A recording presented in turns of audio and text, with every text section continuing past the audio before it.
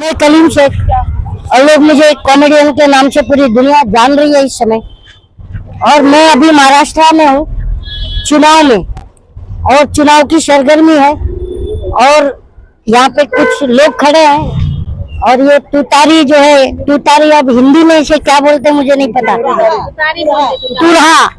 तो ये तुरहा किसकी निशानी है ये आप सभी को पता है, क्योंकि घड़ी तो चोरी हो गई है शरद पवार साहब की और ये नई निशानी उन्हें दी गई है। और आपने देखा लोकसभा में उन्होंने 80% का जो है स्ट्राइक रेट रखा था, 10 सीटों में 8 सीटें जीती थी।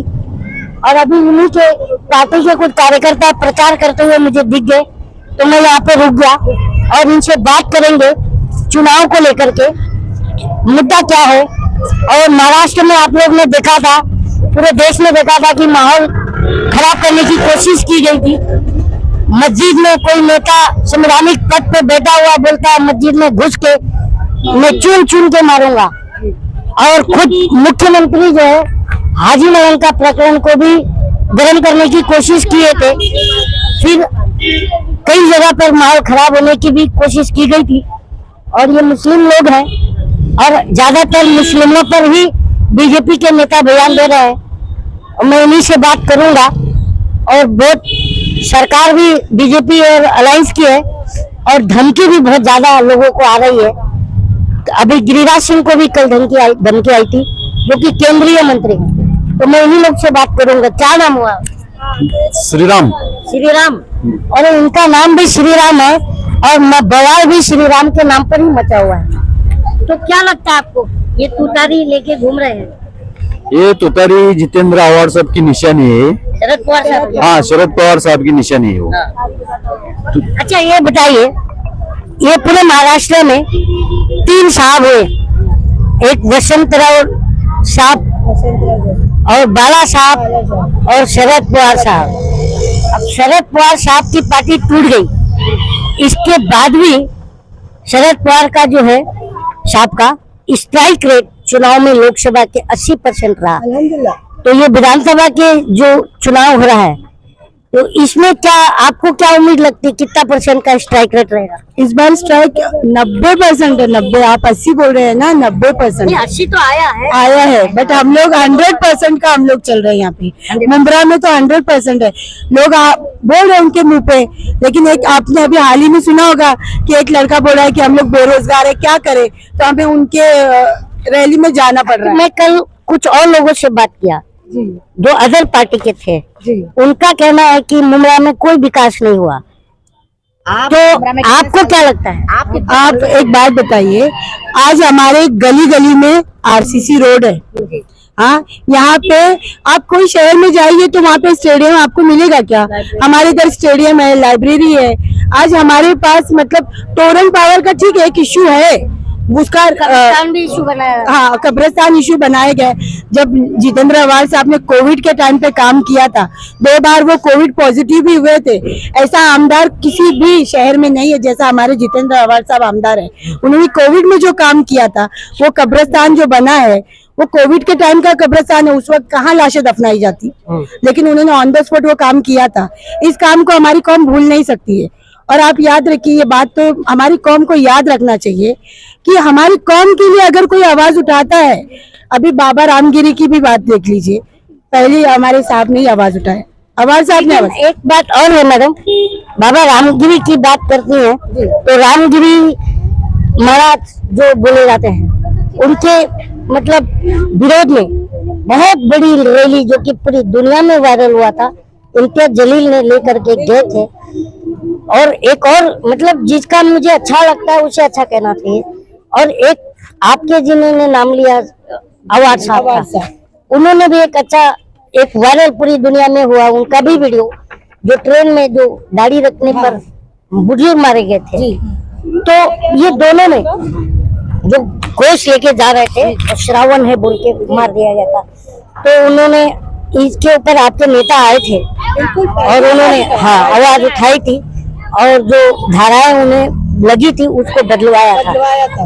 तो इसको लोग ये मुद्दा बना रहे हैं आप लोग कि इसको किस तरह से लोग बिल्कुल नहीं, मुद्दा नहीं बना रहे। देखिए हमारे कौम के लिए वो आवाज उठा रहे, और उन्होंने जैसे ही सुना कि उस बुजुर्ग के ऊपर भी धाराएं लगा दी गई थी, और उन लोगों के ऊपर बहुत छोटी छोटी धाराएं लगी थी जो उनको मारा गया था, जिन्होंने मारा था, तो उन्होंने जैसे ही सुना, हमारे यहाँ के पत्रकार हैं क्या नाम है उनका, रफीक कामदार, उन्होंने कॉल किया, उसी तुरंत हमारे साहब वहाँ पहुंचे और वहाँ के सीनियर से बात किए, और उनकी धाराएं भी बढ़ाई गई और उनकी बेल कैंसिल की गई। आज भी वो जेल में है।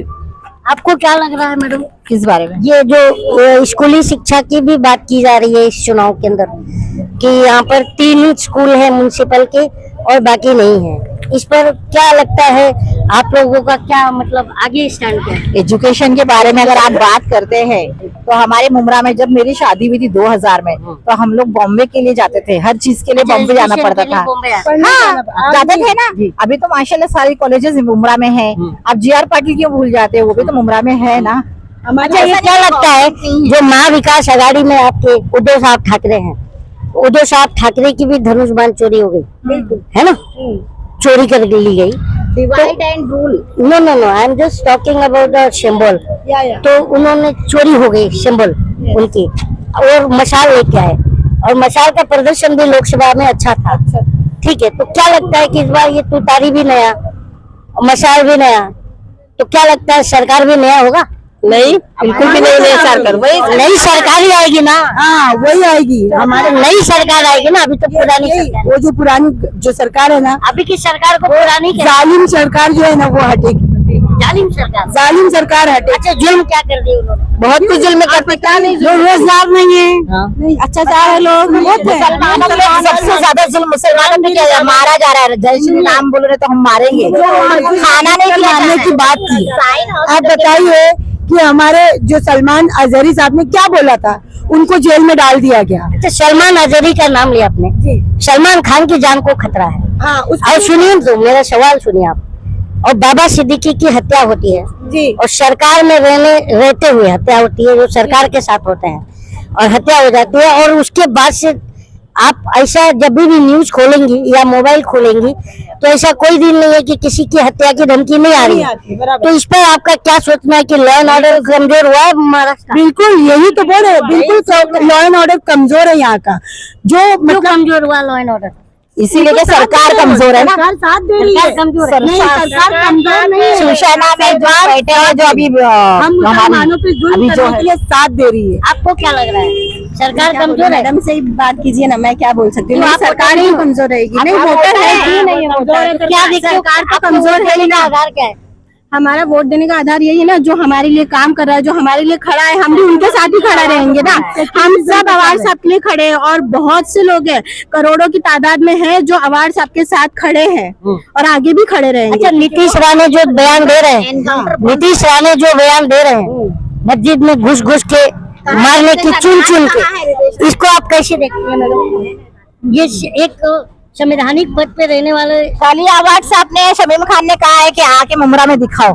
कल ही चैलेंज दिया है। किसका नाम लिया अभी आपने? शमीम खान साहब ने कहा। अभी एक यूनुस खान नाम करके आदमी शख्स वायरल हो रहे हैं, दोनों में मतभेद हो रहा है। वो तो आपसी मतभेद है, परिवार एक परिवार है, एक परिवार में थोड़े बड़े आपसी मतभेद होते रहते हैं, लेकिन वो भी हमारे सीनियर नेता है, उनका भी स्वागत, उनको हम लोग सब दिल से चाहते हैं, शमीम खान भी उनको दिल से चाहते। अच्छा, इस बार का जैसे चुनाव है महाविकास आघाड़ी का, क्या एजेंडा है, क्या मुद्दा है? मुद्दा एजेंडा यही कि हमारा मुद्दा तो विकास ही है, कि विकास आवाज साहब ने, आप भी जानते हैं कि 2009 में हमारा मुमरा कहाँ था, ब्लैक लिस्टेड था। और आज एक सवाल पूछना चाहती हूँ, आप भी इतने साल से थे, मैंने आपको उसमें देखा था, इसमें जब वो शाहीन बाग में मैंने आपको देखा था, शाहीन बाग में आप थे, शाहीन बाग में, ठीक है ना। हम किसके खिलाफ खड़े थे? नहीं, हम किसी के खिलाफ नहीं है। We have the right to ask question from government and prime minister and ruling party. तो हम वो which is I doing that. Prime minister, prime minister कौन है? प्राइम मिनिस्टर आपको सबको पता है। आप बोलिए ना। ये है नरेंद्र दामोदर दास मोदी। तो ये जुल्म नहीं हो रहा है मुसलमानों पे? हम एनआरसी में क्यों गए? अच्छा, आप मोदी को कैसे देखते हैं? देखिए, वो बहुत हमारे प्रधानमंत्री, उनके खिलाफ तो बोलना मतलब अभी हमको खिलाफ में डाल दिया। सवाल पूछना जेल जाना होता है। हाँ, तो हम मुसलमानों पे ये केस बन जाएगा।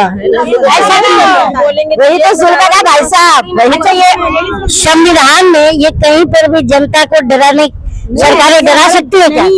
संविधान लेके चलना है। अभी हमारा जो मुद्दा है, हम संविधान जो हमारे अवार्ड साहब है